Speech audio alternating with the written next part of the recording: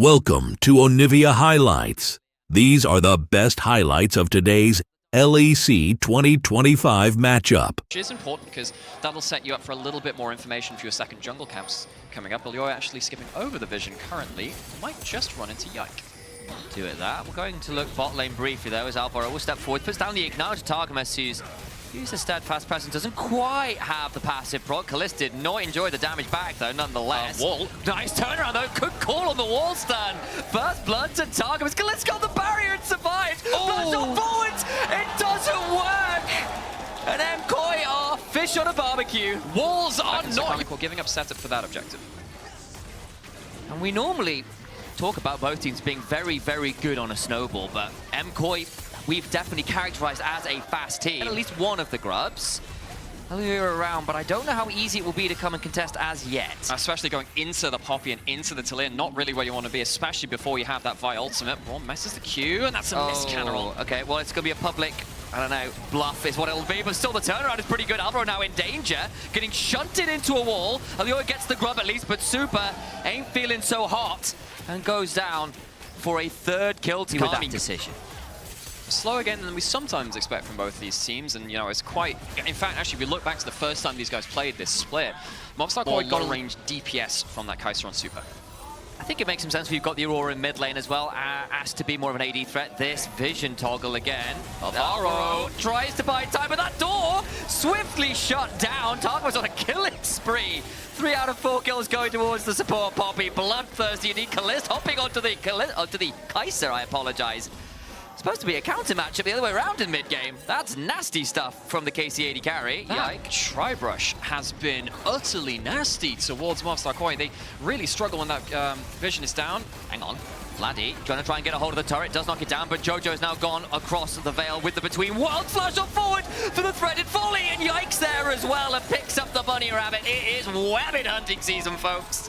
Movistar KOI are trying really hard to push their way into these lanes, but they're being denied access. They lose a tower, they lose all of the kills in all of these fights. It's a Herald being started up by Alioa, but it feels like it is just a consolation prize. They have not managed to get themselves into this game yet. And yeah, they have 4 grubs. They haven't been able to really use them. Just got mid lane tier 1 as well. Here comes Vladdy to fight over on this Herald. Alvaro in danger. The seismic shove onto Alioa. The public execution just shy. But Canna now still in a good position to fight this one out. 1v3. Targamas flashing for the heroic charge into the wall. Braum about to get caught up by a lot of very angry spectral roots. And Yike gets that kill with the burn. Why are you positioning like that? You don't have Super and you don't have Jojo Pure. Really feels like Movistar KOI dragon spawning now as well. Movistar KOI here in numbers. They do have their damage here this time, but their damage is taking a lot of damage. Vladdy is also the damage, and he just got it all onto Super, who's now down to 10% HP. Yes, you need HP on your Kai'Sa to be fighting, folks. Super taking that chunk. Ooh, two-shot barrage came flying across, was going towards Super, has picked up at least the honey fruit empowered by the camera. Vladdy also now had his Seraphs popped, overcomes Yike, wants to fight this one off with MKOI. Coming in force, teleporting back in. Between worlds, popped by Jojo, looking for a bit more angle. Targamas stunned up, might well be going down first. Kill of the game to Movistar KOI. Going to be donated over to Super on the Kai'Sa. So, Movistar KOI get themselves something finally. The soul point is there for Karmine Corp early into the game. That's still a strategic loss for them, but it's something. It's the first loss gets the carries. It's not going to help. Oh, and a Q afterwards as well. Super right back down to 20% HP. This Kai'Sa has struggled to keep the HP totals high because KC have managed to land a number of key skill shots. Alioa's just found Canna. There's a turnaround as Yike comes across with the Nature's Grasp. The Vi is experiencing violence. Atakan's just spawned, and you have no spite. No smites. Alioa uses the flash to try and escape, but it is to no avail. Karmine Corp have done it like the tutorial, and while all this is happening, Vladdy has teleport. Doesn't feel any need to press it towards the top side of the map. He's going to take an inner turret for himself as well. This is textbook League of Legends. Karmine Corp going from moment to moment on the map, getting control of an area and locking Movistar KOI out of it. Winning on both sides of the map, you get the kill, you get the Atakan, all the while your Talir isn't even there. This game is looking exceptionally one-sided. It has done, really, since the early moments when that Poppy got the double kill. On card activation, there's everything up and available. They've not even got a flash blown aside from Yikes, who I suspect by the time Dragon's up will be available. And while this is happening, helping with the setup, the Herald just forcing Movistar KOI to respond in mid lane. Ezreal keeps firing out Qs because he absolutely can with those. Turret might even just die here. Movistar KOI, what is your answer?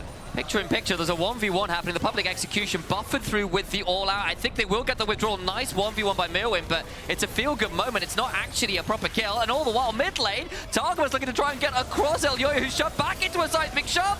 Oh! Cease and desist is just vibing deceased. Nature's Grasp comes across a teleport in from Jojo to his own tier 3 to try and join the fight. Goes across the veil and between worlds, but that rabbit is being hunted again, can go nowhere but an early grave. That is a very, very sad Jojo Pyun who just can't make those big plays because there's just no one left to follow them up. You don't have that vial. It feels bad watching these individual plays kind of coming out from Movistar KOI because they just don't have the setup, the stats, or the teammates with enough HP sat behind them. Every time on screen we see them, feels like someone's getting chunked out by an Ezreal ult. The Ezreal kid's Kalist has been absolute wrecking ball. They still have the Atakan left up now. They get to take themselves the soul at 23 minutes.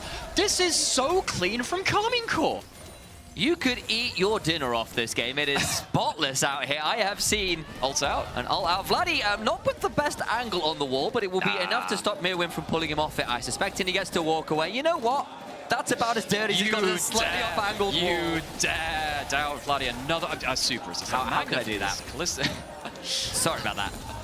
How dare we doubt him, Vladdy. Of course, we got fond memories of him, watching him way back on Riddle in the NLC. Back in the ERL, so many of these players forward-face against each other multiple times. Public execution. Canna forces a flash out of Jojo, but he can keep Dracount stepping forwards.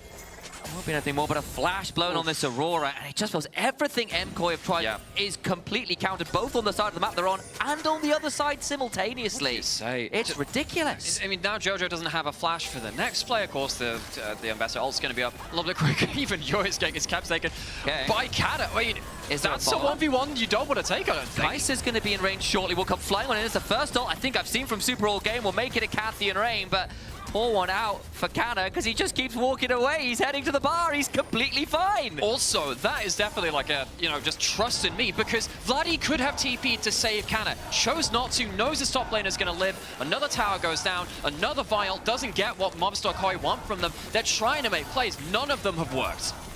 They are coming up absolutely empty. Karmine Corp on the other side. Everything they touch turns to gold. It's the Midas touch right now, and does feel a bit mythological, this lead right now. 10.2k, not even got Baron spawned. They're breaking another inhibitor. They're still waiting to try and find a moment. Movistar KOI, I think it's a desperation play. It's a Hail Mary and pray and you find something at this point. Movistar KOI have the unenviable job of making their way through their own red side jungle to try and contest. I just don't think they're going to have an opportunity. The Baron's going to go down. Can they find an option afterwards? The wall to deny two people coming across there. Wait, the Nature's Grasp. Poppy looking for a slam into the Talia wall. Weaver's wall does it to work. Alvaro now in danger, trying to run away. Flash on forward. Vladdy gets that one. On the other side, Elyoya goes into the backline. Super tries to alter. They don't even find that. It is just another disaster of a fight. Karmine Corp can do no wrong. And Movistar KOI, it's back to the drawing board. Game 2 has to be on your mind now. Build your own wall stun combo here. Vladdy helps set up Targamas and helps put Movistar KOI into the dirt. There's a teleport towards the top side. A sapling is going to stop Super from backing. He won't even get the joy of seeing the Nexus fall on his own screen. Targamas throws down a steadfast presence to force Super to execute, and that's about the best you can get this game. The Nexus turrets are done, and Karmine Corp make a statement. And it is that we are here to demolish you. A clean, clinical game from the French team. The blue wall is 10 miles high. Karmine Corp. Strike first in L1. Look to seal out a 2-0 here if they could get themselves.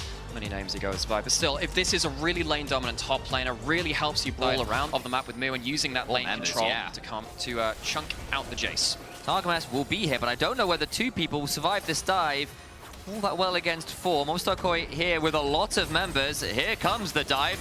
It'll be Alvaro going forward to the grand entrance, and immediately down into the bailout goes Targamas. Renata cannot save her business this time around. Sadly, Zornite can't help. Man from Piltover kind of goes down 0-1 and 0. Movistar KOI with that kill will get an easier access towards those grubs. However, while all this is happening, Dragon being taken on the other side, some plates being taken down by Kalist as well. So even the grubs as well, so they'll trade in those objectives to boot.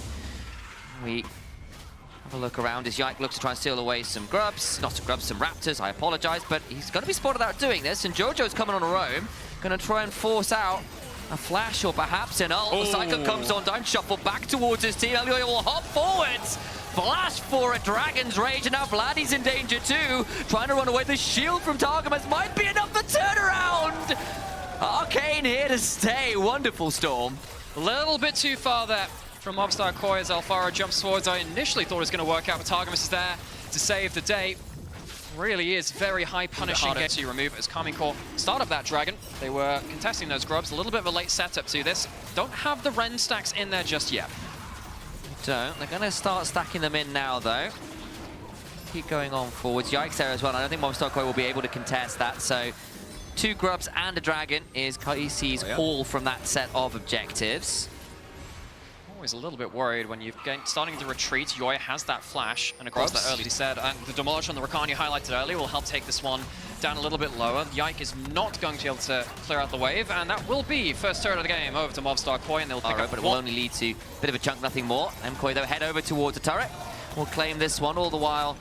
Not that much is happening on the other side of the map, so it will just be a free turret to Movistar Koi. Those dragons are your faithful win condition. Cloud Soul, Cloud Rift, especially when you're in a more squishy game, still nice, and even just getting the Elder on the map helps itself too. However, Movistar Koi, they have controlled the bottom river first, and they do have the Karma coming into the fray, who can, even with the tank build, throw out a little bit of poke, especially at this timestamp. Largely got first items complete. Mirwin, though, with a Soul Flare onto Yike, drops the jungler down to about half, and all the while, Elyoya and Super are starting up the dragon. Karmine Corp still trying to find a way on in here. They just don't have the control, though. It'll be very tricky to force it. Targamas flash for a handshake. Jojo dies! Flash after the Emperor's Survival, not keep him alive. And now Elyoya and the rest of MKOI forced to run away. Mirwin on the side looking for the Soul Flare. Gets it onto Vladdy, but it doesn't lead to that much damage. There's enough shields around with the Siphon Power. Onto the dragon we go, and the Ren stack's just not on in. Fate's Call used. Hostile takeover, and Alvaro running away with the quickness, but he's just not quick enough. Just about survives now. Elyoya into the backline, tries to get onto Vlad, who's fallen down into a bailout, gets more back to life as he flashes on in with a Hex Tech Ray renamed after his rework, and Mirwin has some spears pulled out of him. It's an awful acupuncture session, and Karmine Corp come alive in this game. Karmine Corp clutch it out. Targamas out. Haven't seen it since, I believe, MSI 2023 for him. Really now? It's been a long time, almost 2 years since we've seen that pick. It was a big pick earlier in his career. He's going to summon the Rift Herald into that mid lane now, which might help Movistar Koi lock down this area of the map. They really will be ruining that opportunity. Soul point to Karmine Corp for the rest of the game, giving up their gold lead. That is a big shift in the game now, which Karmine Corp are going to absolutely lap up. From nearly 2k ahead to slight lead to Karmine Corp. It's nominal, don't get me wrong, not much of a gold lead, but they're at Soul point. That is significantly more important. What does nominal mean, Sam? You throw out words sometimes, and I feel like I need you to explain. Yeah, so nominal. Is that good? I'm going to assume that's good, It means Sam. existing, but not really of all that much value. Sure, cool. So it's there, but small. Great. Yeah, I explained it for you. Atakan spawned. Mid lane turret is going to fall. I think with that HP it was likely to anyway, especially with the good siege and range of Movistar Koi. Karmine Corp now have to deal with the Sun Disk in their mid lane, replacing the debris of their own mid lane outer turret. Again, those Sun Discs can be really obnoxious in mid lane because it just offers you fake pressure when mid lane control can be really valuable. Coming up to those objectives, having a sort of pseudo turret there for at least a few seconds can make a big deal. Reminder, folks, that the winner of this series will go on to face G2, who won earlier today. The loser drops down into the lower bracket and will await their opponent a little bit later on into our playoffs formats. We have ourselves a grouping up of Karmine Corp. So Karmine Corp, just the names, the Ks. They get to me. Karmine Corp grouping up on this top side. Atakan, the focus. You really want to control this Tri-Brush. It's the most important thing on this top side Atakan setup. Atakan has been the doom of a few teams. Even just earlier today, we saw a bit of a fumble. Ghostblade just popped by Canna, looking to get onto a Mirwin. The Karma, not the easiest to lock down, will be thrown back with a thundering blow on the Jace. Gets handshook as well, and Mirwin, that's just too far. Thinks he's safe pushing up the lane, and he's not. The Ghostblade movement speed from Kana making the difference, allows him to punt him back. They take a turret, they take the Atakan, and once again, Karmine Corp more clean in the run-up to these objectives in the last couple we've seen. Now they have themselves a great situation. Again, last game, they had the Atakan. They actually have a pretty good win rate when they are behind, 60%, 3-2. So far, when they're behind at 14 minutes, looks like they might just be pulling a rabbit out of the hat again this time. 40 seconds until the Dragon pushing in, putting some wards down, and making sure that Movistar Koi hopefully can't use as much of their range, but these Qs are starting to land from the Karma, and it does hurt. quick check-in on some of the items as well, as Jojo finished that second down, already had the Nash, and the Leandries should be about complete by now as well, and this Azir for Jojo Pyong could do a lot of work here, and if Karmine Corp end up in a position where this is it, where the Zaya can keep ordering, it's hard work still. Yeah, of course, the last time we saw them, just kind of pops that Ghost Blade, always a little bit scary when you hear that screech. What's he looking to do? Not that much right now. On to Alvaro, who's got enough visual. Looks for the quickness into the backline, but Fate's Call denies the pick onto Targamas. Juice chunk onto Yike nonetheless. And Berserk, courtesy of a hostile takeover. This business plan is pretty damn nasty from Karmine Corp. They pull away, they get the kill onto Super, who had flash, had ult, could use neither. Oh, Super just can't quite get himself that fight. First fight for this Dragon. Last time, Jojo gets caught out. This time it's Super. It's a great combo coming through, though, from Kalist and Targamas to finish it off. They will get themselves, once again, a very early Dragon Soul. The objective control from Karmine Corp has been great in both of these games. It's netting them a heck of a good advantage to play around teleports and fancy summoner spells. Vladdy and Kana both going to be able to get back out onto the map if that Poke War is lost a little bit. Of course, the same can be said of Movistar Koi. Trying to starve up a Vision. That's a really good arcane storm. Goes into the back line, doesn't really get all that much done with the quickness. It's just a quick trip to the grave. He's down. Super goes up into the air for the Feather Storm. Just doesn't matter that much. Has to flash away. Does stay alive at least this time. Yike also up and about. Did not fall down despite the HP bar trades. You have our lost your support. Baron's up, and Karmine Corp head on over. I think they might start this one up. Are they just going to pick up the wards? Yike is very low HP. He can tank up a little bit with the clone. Do Movistar Koi know this is happening, and can they do anything about it? They're teleporting in. Mewen's going to get a Defiance to the heal, but no counter flashes out on the end of that tether. So Mewen shields himself and backs away. Targamas still low. They know it's happening now, courtesy of Foresight Alteration. Vladdy on a flank will be spotted out. Over the back end of this, can look for his deal, but it's still into a Callista Rend. Goes and steals it! He steals the Baron! Again! Karmine Corp fail a Rend Smite combo. It happened the other day. They pick up a kill afterwards. Movistar Koi get out like bandits! Oh, a steal out of the top draw, which might just keep this game alive. Aljoya, not playing the lead since 2023, comes out with an absolutely clutch steal against the Karmine Corp versus Vitality, which they missed then. 2 series in 2 days where they make a similar mistake with the Callista. And again, I echo what Hysterics and Dagda said then, is actually maybe we have to hold that. Mewen's been engaged on the cyclone, comes down, it's still a very tanky Karma. In goes Alvaro though with the quickness, and Yike's in danger, goes berserk, courtesy of the hostile takeover, stays alive for a second or two. Yike, burning but alive. Super into the air, got the feather pull onto Kalist, who still survives. The Arcane Storm claims that one.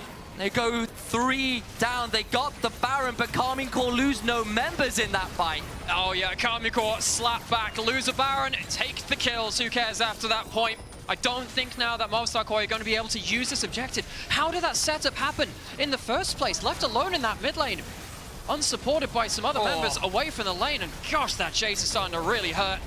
Karmine Corp spare their blushes of losing that objective. Of course, there's no flash on Vladdy and Kalist as well, but they have a Renata and they have the gold lead bluntly as well. It's much easier for them to play out these fights. Movistar Koi, if they want this to go to 3 games, are going to have to outplay a difficult scenario. Yike! Oh, they've got it onto Jojo! He can't hit the arm guard. He's taken out Super, trying to hit him. Massive 3-man knockup. The Berserk, the hostile takeover, lives up to its namesake. An Arcane Storm. It's a Category 5 disaster. Karmine Corp wipe Movistar Koi off the rift. They're going to 2-0 the series. Inclement weather comes in from the mid laner of Karmine Corp, and Movistar Koi cannot outplay the late game. That Baron still gave you a moment of hope. They had control over the river. It felt like their time, and an engage come through and Movistar Koi. Blink and you miss them. Their health bars are all gone. The game is gone. It's just a weekend of 2-0s, and Karmine Corp reap the rewards. They are going on to the upper bracket. Besides a Baron steal,